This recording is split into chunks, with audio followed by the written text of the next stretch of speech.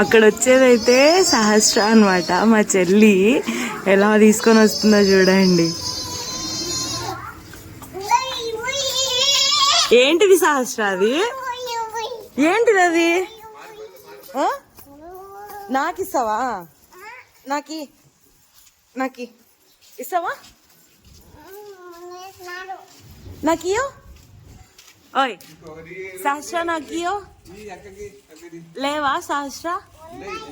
మరి ఇయ్యవా? నాకి ఇస్తావా మళ్ళా? నాకి ఇయ్యో. కొన్నేనా? ఎన్ని ఇస్తావు నాకి? అన్ని. అమ్మో ఎన్నో. ఇందాక లేవంటివే. నాకు ఇస్తావా?